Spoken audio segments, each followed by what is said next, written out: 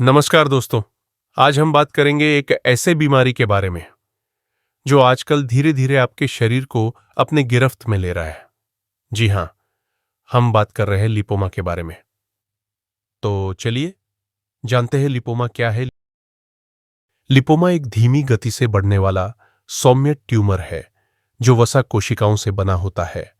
ये मुलायम और रबर जैसे गांठें आमतौर पर त्वचा के नीचे विकसित होती हैं और छूने पर हिल सकती हैं।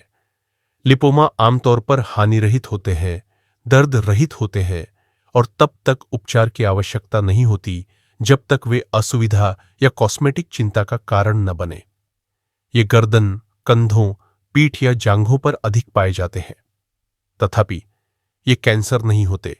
फिर भी सटीक निदान और प्रबंधन के लिए डॉक्टर से परामर्श करना उचित होता है। लिपोमा कितने सामान्य है? लिपोमा अपेक्षाकृत सामान्य है और हर 1000 लोगों में से 1 को प्रभावित करते हैं। ये 40 से 60 साल की उम्र के वयस्कों में अधिक सामान्य है, लेकिन किसी भी उम्र में हो सकते हैं। ये आमतौर पर हानिरहित होते हैं और ज्यादातर मामलों में किसी खतरे का संकेत नहीं देते। अब बात करते हैं लिपोमा के लक्षण क्या है। लिपोमा आमतौर पर बिना लक्षण वाले होते हैं, लेकिन कभी-कभी ये असुविधा पैदा कर सकते हैं, खासकर जब वे नसों या अन्य संरचनाओं पर दबाव डालते हैं। लिपोमा के कुछ लक्षण इस प्रकार हैं। त्वचा के नीचे मुलायम, दर्द रहित गांठें जो धीरे धीरे बढ़ती हैं, छूने पर आसानी से हिलने डुलने वाली, आमतौर पर गर्दन, कंधे, पीठ या जांघों पर पाई जाती है। दुर्लभ मामलों में तेजी से बढ़ना या आकार में वृद्धि। लिपोमा आमतौर पर 2 इंच से छोटे होते हैं, आसपास के ऊतकों में नहीं फैलती। अब सवाल उठता है, लिपोमा कहां विकसित होते हैं? लिपोमा आमतौर पर त्वचा के नीचे विकसित होते हैं और मुलायम, हिलने डुलने वाले गांठों के रूप में प्रकट होते हैं। ये गर्दन, कंधे, पीठ या जांघों पर सबसे अधिक पाए जाते हैं और सामान्यतः दर्द रहित होते हैं। हालांकि ये शरीर के किसी भी हिस्से में विकसित हो सकते हैं, लेकिन इन स्थानों पर इनका होना अधिक सामान्य है।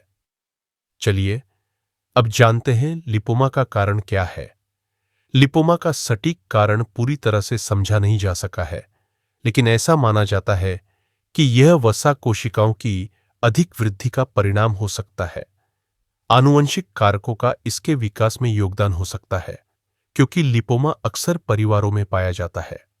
इसके अलावा प्रभावित क्षेत्र में चोट या आघात इसके विकास में योगदान दे सकते हैं। कुछ दुर्लभ आनुवंशिक स्थितियां जैसे फैट संबंधित दर्द, एडिनोसिस डोलोरोसा, कई लिपोमा के लिए संवेदनशीलता बढ़ा सकती है। हार्मोनल कारक और मेटाबॉलिक अबनॉर्मलिटीज भी संभावित कारण मानी गई है। इन सब के बावजूद ज्यादातर लिपोमा बिना किसी स्पष्ट कारण के स्वाभाविक रूप से विकसित होते हैं। जीवन शैली से जुड़े कारक जैसे आहार या व्यायाम को लिपोमा के ट्रिगर के रूप में स्थापित नहीं किया गया है। लिपोमा बनने के पीछे के सटीक तंत्र और विभिन्न प्रभावकारी कारकों को समझने के लिए व्यापक शोध चल रहा है। अब बात करते हैं लिपोमा का निदान कैसे होता है। लिपोमा का पता आमतौर पर शारीरिक जांच, चिकित्सा इतिहास और आवश्यकता पड़ने पर अतिरिक्त परीक्षणों के माध्यम से लगाया जाता है। शारीरिक जांच के दौरान स्वास्थ्य विशेषज्ञ गांठ की विशेषताओं जैसे आकार, बनावट और हिलने डुलने की क्षमता का आकलन करते हैं। मरीज के चिकित्सा इतिहास, जिसमें परिवार में लिपोमा का कोई इतिहास शामिल हो, की जानकारी जुटाने से संभावित आनुवंशिक कारकों की पहचान करने में मदद मिलती है। कुछ मामलों में लिपोमा की सीमा और स्थान को समझने के लिए इमेजिंग टेस्ट जैसे अल्ट्रासाउंड या एमआरआई का उपयोग किया जा सकता है, जिससे इसे अन्य प्रकार की वृद्धि या ऊतकों से अलग करना आसान हो जाता है। हालांकि लिपोमा की विशिष्ट उपस्थिति के कारण बायोप्सी की शायद ही कभी आवश्यकता होती है, लेकिन यदि कोई संदेह हो तो इसे किया जा सकता है। अधिकतर मामलों में यदि लिपोमा स्थिर रहता है तो समय के साथ इसका नैदानिक अवलोकन बिना किसी इन्वेसिव प्रक्रिया के निदान की पुष्टि करता है।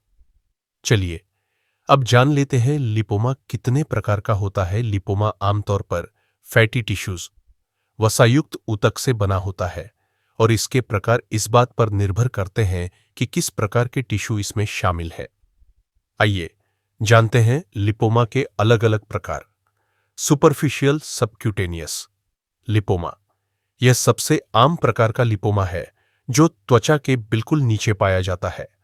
यह नरम सॉफ्ट होता है और आसानी से हिलाया जा सकता है। एंजियोलिपोमा, ये अक्सर दर्दनाक होते हैं और इनमें वसा, फैट और रक्त वाहिकाएं ब्लड वेसल्स होती हैं। कन्वेंशनल लिपोमा, यह भी बहुत आम प्रकार है। इसमें सफेद वसा कोशिकाएं व्हाइट फैट सेल्स होती हैं जो शरीर में ऊर्जा को स्टोर करती हैं। फाइब्रोलिपोमा, यह वसा और फाइब्रोस टिश्यू रेशेदार ऊतक से बने होते हैं। हाइबरनोमा, इस तरह के लिपोमा में भूरे वसा कोशिकाएं ब्राउन फैट सेल्स होती हैं जो शरीर को गर्मी देने का काम करती है और शरीर के तापमान को नियंत्रित करने में मदद करती है। माइलोलिपोमा, इन लिपोमाओं में वसा और ऐसे टिश्यू होते हैं जो रक्त कोशिकाएं बनाते हैं। स्पिंडल सेल लिपोमा, ये आमतौर पर गर्दन, कंधे या पीठ पर होते हैं। इनमें लंबे लंबे स्पिंडल के आकार के सेल्स और कोलाजन डिपॉजिट्स होते हैं। प्लियोमॉर्फिक लिपोमा, इनमें अलग अलग आकार और साइज की वसा कोशिकाएं पाई जाती हैं। और अब जानते हैं लिपोमा का उपचार क्या है, उसको कैसे दूर किया जा सकता है। लिपोमा का उपचार अक्सर जरूरी नहीं होता जब तक कि यह किसी तरह की परेशानी या दिखने में समस्या न पैदा करे। ज्यादातर मामलों में ऑब्जर्वेशन किया जाता है क्योंकि कई लिपोमा समय के साथ स्थिर बने रहते हैं। अगर लिपोमा से लक्षण जैसे दर्द या असुविधा हो रहे हों या यह ज्यादा परेशान कर रहा हो तो सर्जिकल रिमूवल एक विकल्प हो सकता है। यह आमतौर पर एक छोटा और आसान आउटपेशेंट प्रोसीजर होता है जिसमें मरीज को उसी दिन घर भेज दिया जाता है। लिपोसक्शन भी एक उपचार का तरीका है, खासकर छोटे और आसानी से पहुंचने वाले लिपोमा के लिए। कुछ मामलों में डॉक्टर की सलाह पर स्टेरॉयड इंजेक्शन या अन्य दवाइयों का इस्तेमाल भी किया जा सकता है। और अंत में निष्कर्ष लिपोमा वसा ट्यूमर हैं जो हानिरहित होते हैं। इनके कारण अभी तक पूरी तरह स्पष्ट नहीं है, लेकिन आनुवंशिक कारक, उम्र और पारिवारिक इतिहास इनके जोखिम को बढ़ा सकते हैं। हालांकि ये आमतौर पर खतरनाक नहीं होते, लेकिन सर्जरी के बाद भी दोबारा हो सकते हैं। लिपोमा के लक्षणों और जोखिम कारकों को समझना और समय पर चिकित्सा परामर्श लेना इसके प्रबंधन और उपचार के लिए महत्वपूर्ण है। तो दोस्तों, अपना कीमती समय देने के लिए बहुत बहुत धन्यवाद। अगर वीडियो पसंद आई हो तो चैनल को सब्सक्राइब, लाइक करें और कमेंट्स करके अपनी राय जरूर बताएं। मिलते हैं एक नए वीडियो के साथ। आप अपना ख्याल रखिए। धन्यवाद।